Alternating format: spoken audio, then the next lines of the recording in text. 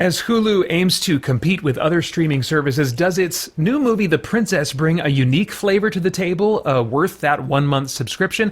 Stick around and I'll share my thoughts anyway. I'm Peter Franson from christiangeekcentral.com and Spirit Blade Productions. This is my uncut review of The Princess, a Hulu original movie. The synopsis on IMDb reads, when a strong-willed princess refuses to wed the cruel sociopath, she is kidnapped and locked in a remote tower of her father's castle. With her vindictive suitor intent on taking her father's throne, the princess must save the kingdom. All right, so let's talk about the story, script, pacing, tone, that kind of thing. I didn't enjoy this one, and I think for me it's because it didn't strongly enough commit to one tone or another. The premise in the trailer gave me the impression it would be a fun, brutal action comedy about playing against the stereotype of frail, helpless princess that you would find in many fairy tales. But the princess in this movie is never frail or fitting the stereotype. She never gave me a reason to expect that and then be surprised when my expectations were subverted. She is a warrior in the first scene, and the only princess-like thing about her, I think, is her title and her wardrobe.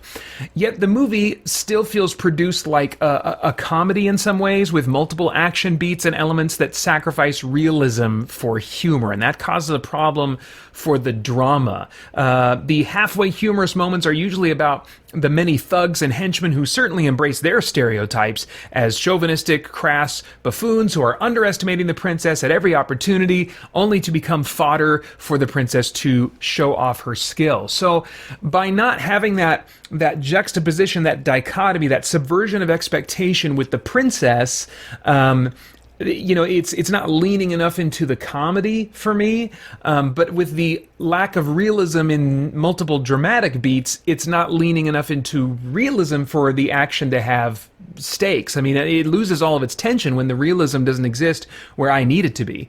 Add to this that the princess, other than being headstrong and wanting to be a warrior, doesn't have much of a defined personality that interests or surprises me in any moments.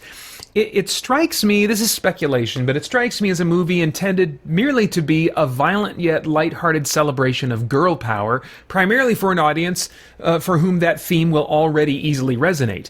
But since it doesn't lean strongly enough into comedy, or strongly enough into character, or strongly enough into drama, I find it very forgettable and would recommend either the first Wonder Woman movie or Kick-Ass with the character Hit Girl in mind as an alternative for either dramatic or comedic action featuring a strong female character.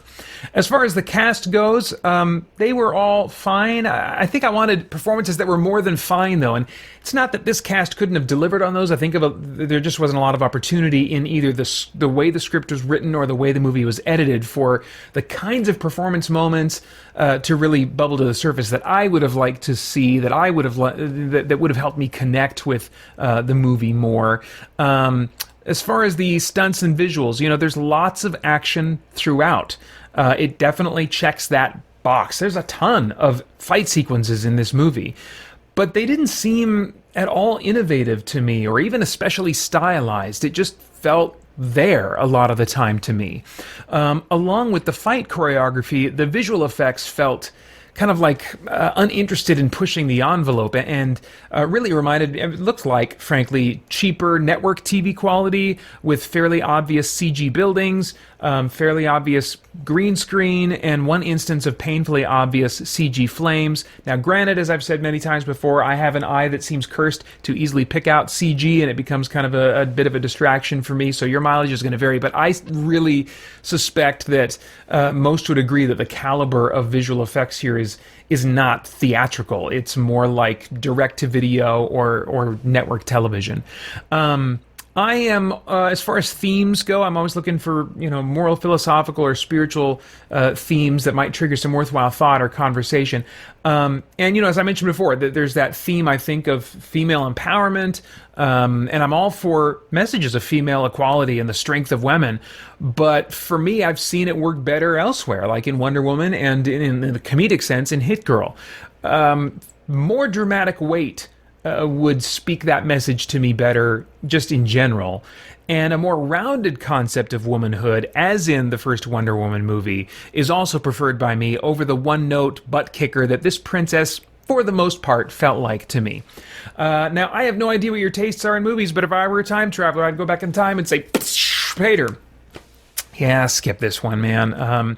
It is not remotely the hit girl type of experience the trailer led you to hope that it might be, and not one you'd want to give time to even if it was free, let alone at the cost of a 1-month subscription to Hulu.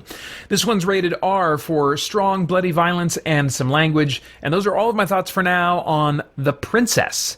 I'd love to get your thoughts and reactions in the comments below. Please like, share, subscribe, and click that bell to stay connected. I want to again thank the Spirit Blade Insiders for making this review possible. You can get more info about the benefits of being an insider over at patreon.com/spiritbladeproductions. Then I hope you'll check out the Christian Geek Central podcast and stay connected to all CGC content over at christiangeekcentral.com as we continue to geek out and seek the truth. For more chat about geek entertainment, answers to your questions, and news from the wider world of Christian geekery, get the Christian Geek Central podcast today on iTunes and other podcast services.